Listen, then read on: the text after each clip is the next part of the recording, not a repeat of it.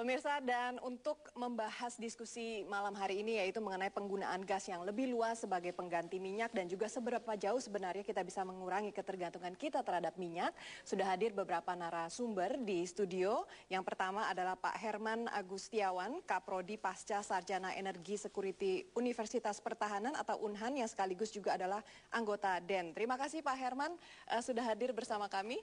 Terima kasih. Ya.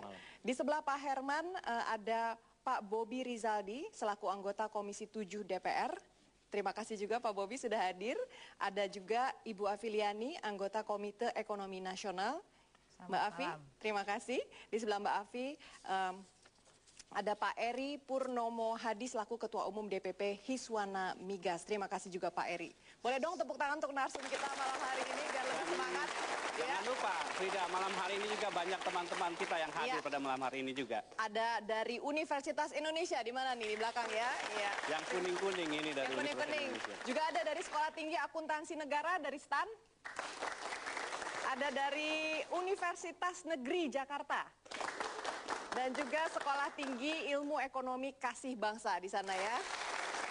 Dan di sebelah kiri saya Gerakan Mahasiswa Islam Indonesia. Terima kasih atas. Dan jangan lupa Frida, ada satu lagi, teman-teman dari Universitas Pertahanan. Baik. Supporternya Pak Herman. Baik, saya akan mulai dari Pak Herman. Pak Herman, menarik sekali kalau kita berbicara mengenai bagaimana kita mengalihkan dari minyak ke gas. Kalau boleh dijelaskan Pak Herman, seperti apa sih sebetulnya policy kita untuk migrasi dari minyak ke gas itu?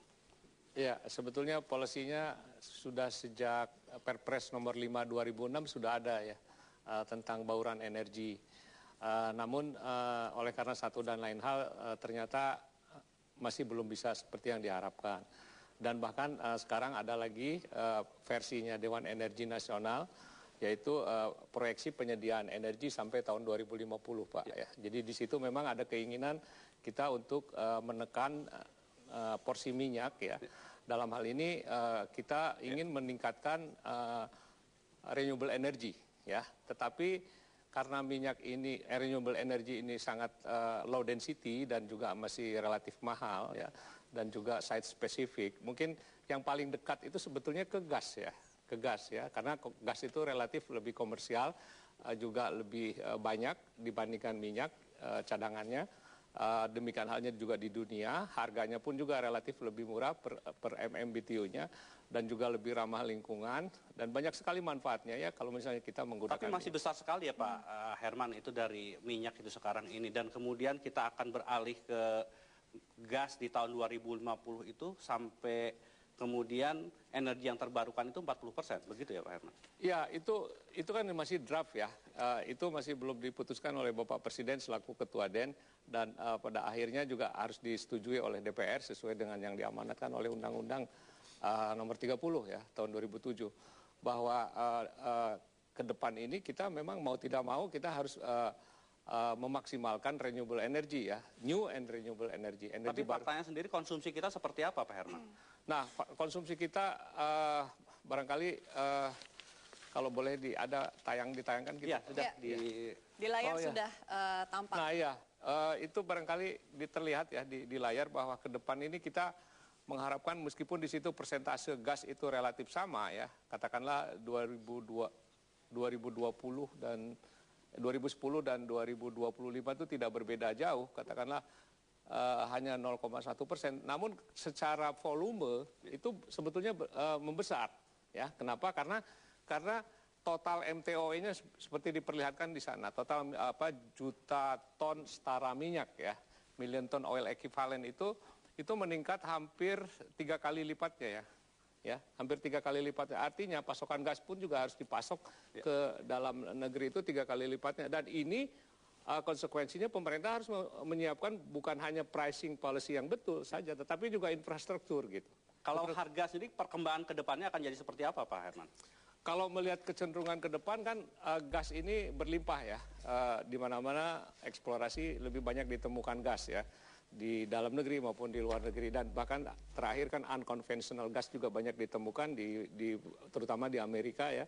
Dan ke depan ini pasokan gas itu sebetulnya akan jauh lebih menjanjikan ketimbang minyak ya. Jadi saya pikir kalau beralih ke gas itu adalah sesuatu yang memang sangat Harus ya, baik. Pak, ya? Harus. Kenapa? Tapi Pak Herman, dari data yang tampak di monitor itu dilihat dari tahun 2006 sampai 2011 ternyata penggunaan gas itu hanya 20-an% dan kalaupun meningkat tidak jauh, kalaupun menurun juga tidak jauh. Angkanya stabil, padahal yang kita inginkan kan ada peningkatan yang cukup signifikan mengenai Dalam persen iya. dalam Dalam persen iya betul, Bu. Jadi tadi saya sampaikan kalau dilihat di chart yang sebelumnya itu kan ada million ton oil equivalent. Jadi ini persentasenya dari 100% dari katakanlah 150 MTOE dan 20% dari 300 atau 400 Tapi kan MTOE. penggunaan minyaknya juga sama itu Pak, dari 50% turun cuma sampai Dia persennya, 40-an tapi beratnya kan beda. Volumenya ya Pak? Volumenya Volumenya berat, apakah dalam bentuk berat ataupun dalam bentuk volume, bisa berat ke volume bisa tinggal dikonversi saja sebetulnya ya.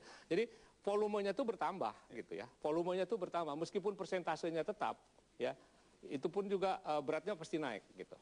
Volumenya naik. Dan Karena itu apa? sesuatu Karena yang harus kuehnya apa, itu Herman? membesar, kuehnya membesar. Jadi konsumsinya tambah banyak. Sesuatu yang harus dilakukan karena memang harga kecenderungannya akan terus naik, harga minyak ya Pak? Kalau melihat tren ke depan kan seperti itu. Dari kita punya chart yang dikeluarkan oleh US Geological Survey itu dari tahun sejak 94 sampai 2010 itu harga itu cenderung naik minyak ya. Dan itu memang sepertinya ya memang sudah era minyak itu sudah hampir habis pada mungkin sekitar 2050. Ya. Habis era minyak. Tapi Pak Herman, kalaupun kuenya katakanlah membesar, yang kita inginkan tentunya kan konsumsi energi nasional itu berangsur-angsur bergeser dari minyak ke gas. Tapi kalau kita lihat pengurangan konsumsi energi nasional minyak secara persentase penurunannya tidak terlalu besar dan juga kenaikan penggunaan gas juga tidak terlalu tinggi begitu. Jangan-jangan karena ada policy kebijakan harga minyak yang kemudian tidak membuat ini sebetulnya kan tantangan kita semua, terutama pemerintah dan Pak Bobi nih barangkali ya dalam hal ini ya. Kalau memang kita ingin memiliki ketahanan energi ke depan yang maaf Pak Bobi ya. Jadi ke depan kita ingin memiliki ketahanan energi yang kokoh, tentunya kita harus segera mempercepat jumlah dan jenis diversifikasi energi ya, sebab menu atau jenis dan jumlah energi yang kita konsumsi ini sudah sangat tidak sehat ya, karena sudah sangat gemuk dengan minyak ya. Sementara minyak itu sendiri kita syarat dengan import dan juga ketersediaannya juga semakin langka dan juga harganya semakin mahal. Jadi mungkin ke depan kita memang harus. Nanti kita akan tanyakan ke Pak Bobi, tapi di segmen berikutnya ya Pak Bobi ya. Baik, nanti kita akan lanjutkan bagaimana sebetulnya kebijakan yang perlu kita lakukan untuk mengkonversi dari minyak ke gas. Jangan kemana-mana, Indonesia Bersuara akan segera kembali saat lagi.